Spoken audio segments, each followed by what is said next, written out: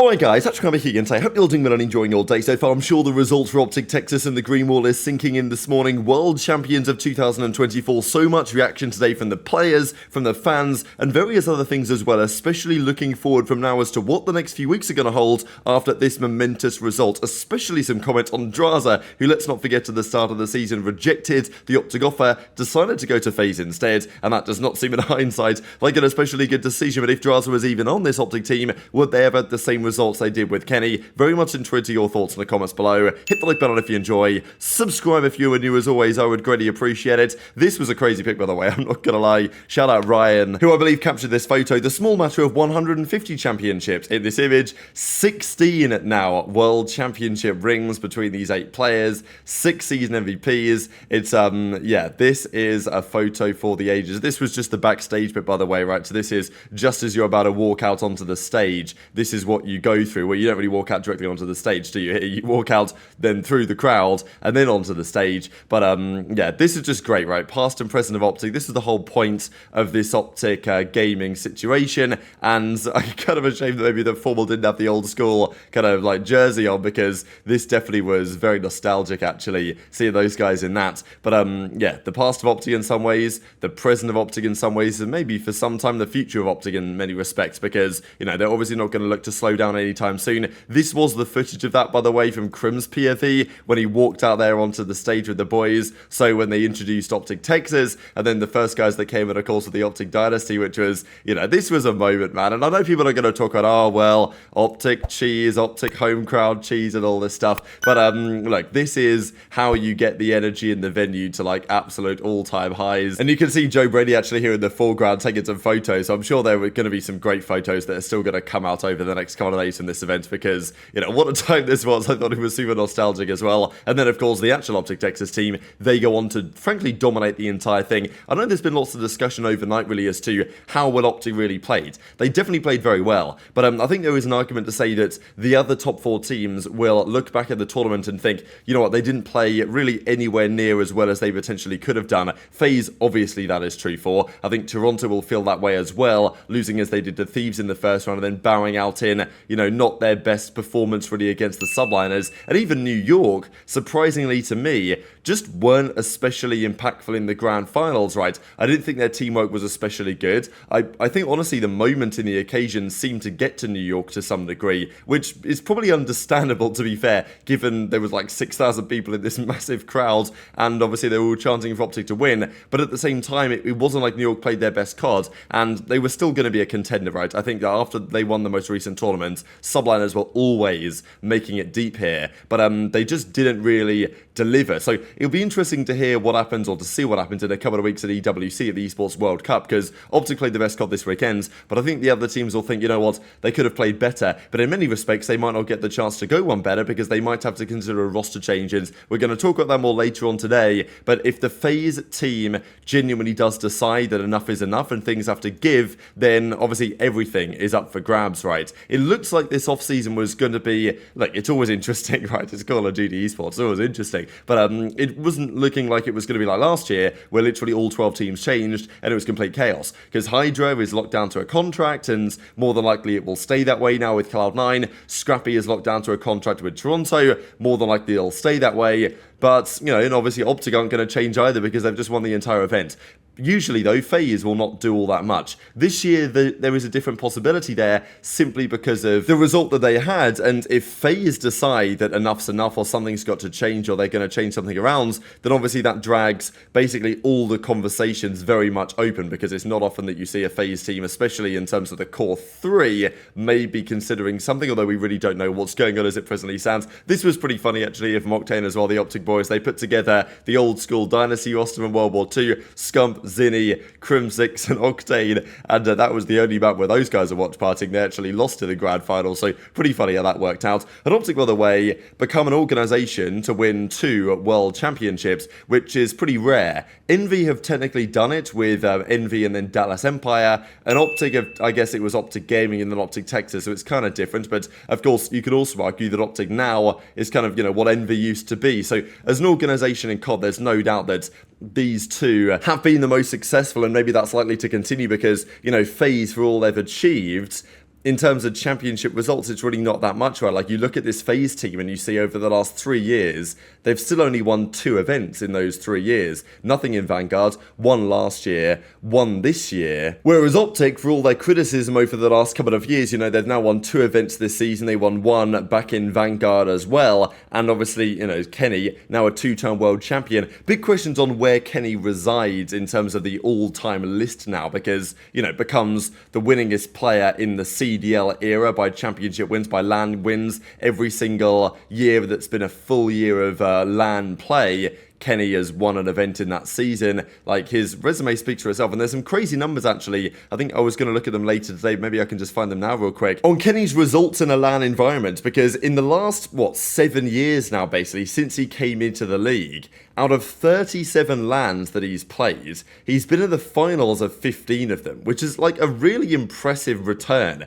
given that Kenny's not been on, you know, a dynasty roster or anything quite to that effect. He's been on good teams. He's been part of good teams. He's one of the reasons why those teams are good. But still, to have made the grand finals of nearly half the events he's attended as a player is incredibly commendable, and of these 15, I think he's converted 10 of them. I mean, he's now made 4 World Championship Grand Finals and converted 2 of those victories. So, you know, it's just incredibly impressive what he's capable of, right? I think that when Kenny joins, it was quite clear that he was going to be the man. Like, if he couldn't make this OpTic team successful, I don't know that anyone could. And, you know, that's now what we're seeing, right? What a moment as well for Dashy. I thought it was, you know, just a couple of things on Dashy, really, because I know that he was maybe not hard on himself exactly, but he thought he could have played better in the finals, and sure, that's fine. But I think this could be a really crucial moment in Dashy's career as well, because after winning Major 3, I felt like it was going to be a bit of a weight off his shoulders after the pressure, but it's really all about the World Championship, right? And I think the pressure on Dashy was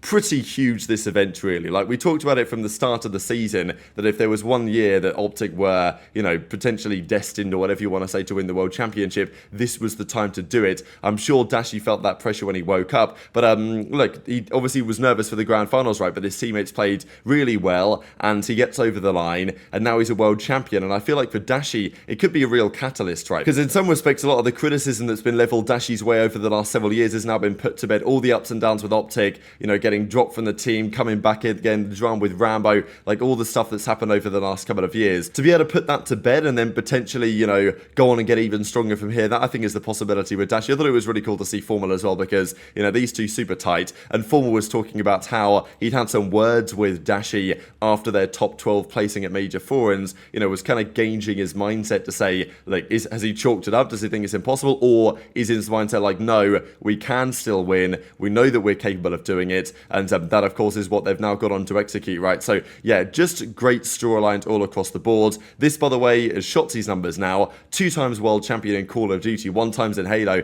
7-time champion, 2020 season MVP, and Halo world champion, of course, also won the MVP of the finals this year, or the MVP of the tournament, or whatever they did exactly. But, yeah, certified superstar Shotzzy, and genuinely after this event, right, like, you've got to consider him in the same conversation as Simp and aBeZy, even from like an all-time level, right? There's lots of talk, and they'll continue to be on the top 10 players of all time now. But like, if you're going to put Simp and aBeZy in there, I think you certainly have to put Kenny in there now. Then Shotzzy has to be there or thereabouts, if not right there as well. I still think, though, the most talented player on that stage was HyDra. This guy's been unbelievable now for the last couple of years. I wonder what is exactly going through his mind in terms of the way that his team performed, because last year, let's not forget, the Subliners, they won the World Championship. They made a change. They said, well, you know, if you can pack a punch, you've got to try and pack a punch. This year, maybe HyDra feels similarly. It depends. Like, they won an event this year. They made it to the Grand Finals of the World Championship, but on the whole,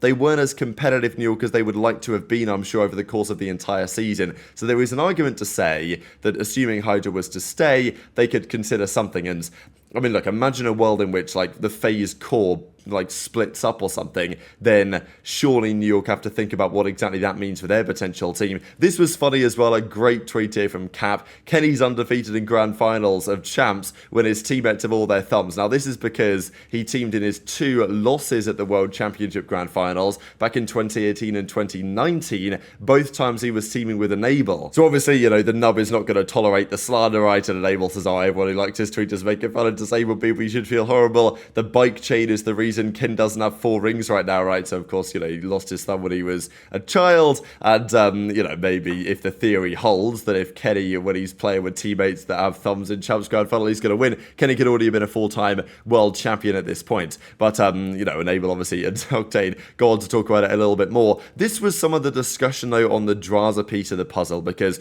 I don't know what's going to happen next with Drazah. Obviously, we know that there's, you know, been drama with him and Scrappy and, like, everything that's happened this season. I don't know what things look like internally at FaZe. I'm sure we're going to find out some intel over the coming days, I imagine, on this one. But, like, Drazah made the call in the off-season. He had the OpTic offer. It was going to happen. Drazah and Dashy, they seem to be ready to go.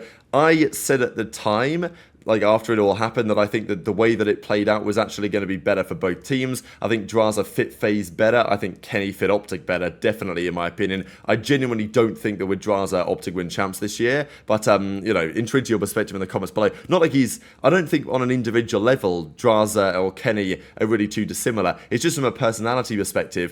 I think OpTic really needed a guy like Kenny, and I don't think Drazah is quite that guy on the same extent as Kenny is, because Kenny's been around a bit longer, more experienced, more veteran leadership on that way, and like Drazah eventually decided to go to FaZe because, you know, he thought he was going to be winning more money over there, right? That was the theory, that as you go to FaZe, you know, more likely to win, more money to be made, and, you know, maybe fit better with the culture, whatever, right? And it's very difficult to say no to the FaZe trio, obviously. It's also difficult to say no to OpTic. So, you know, he had some difficult decisions on his hands, but we saw this right back at the start of the year when MettalZ made the comments about, like, if you get the OpTic offer, you take it, right? And this was a widespread discussion on to whether Drazah had effectively made a mistake. But, you know, MettalZ now claps back, and I guess he had this one ready to basically say, look, you know, we were right all along. The Drazah made the wrong decision and should have joined OpTic in the end. And of course, like, if FaZe blow it up and Drazah ends up off the team because, you know, that's happened to their fourths for the last several years in a row now, it seems at this point,